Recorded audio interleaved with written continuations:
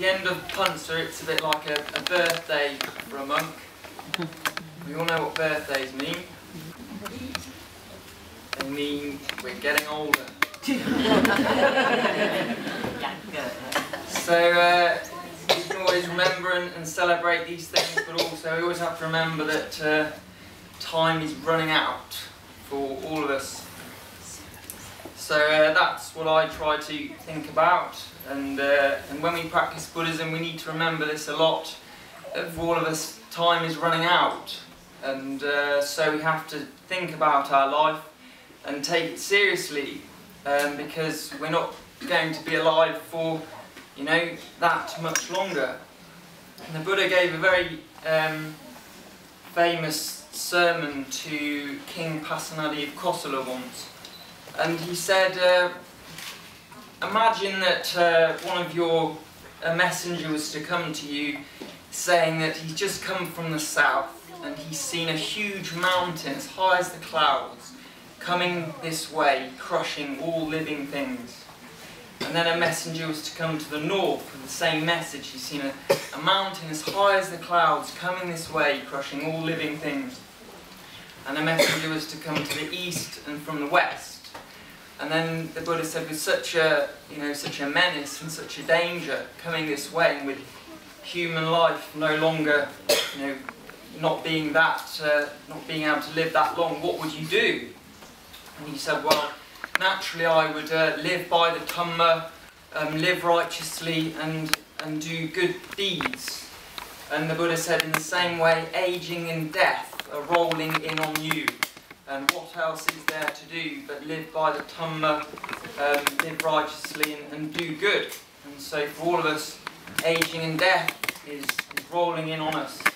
And in Buddhism, we don't say that life has a purpose, really, but we give life a purpose. And that purpose, just one purpose.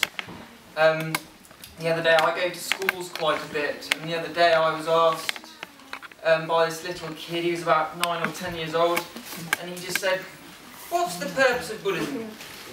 And anyone who practices Buddhism should know immediately what to say, because the purpose in Buddhism is very clear, and it's to be free from suffering and be perfectly happy.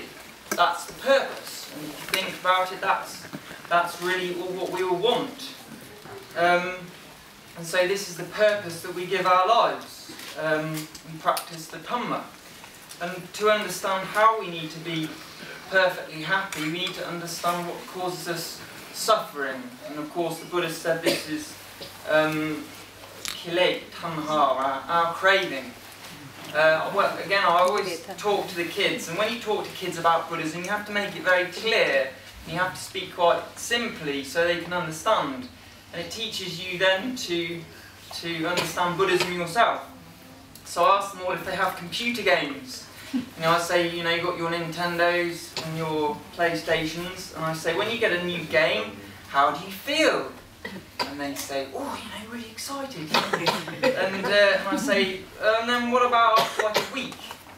They say, oh, I start to get a bit bored. And then I say, and then what? And they say, oh, I want another one. And I say, and then what? They say, well, I get one. And I say, are you excited? And they say, yeah. And I say, and then what? And they say, well, I get bored. And I say, and then what? I want another one. And I say, if I was to keep on asking you this, would you ever go home? And they say, no, because we'd never stop. And this is the nature of craving. We always think, oh, I'll just get that, and I'll be happy. As soon as we get it, we want something else. Or, we order something from Amazon and we think, oh, it'll be great when I get it. And then we get it, and it's, oh, disappointment. And then immediately we want something else, just like a dog chasing its tail.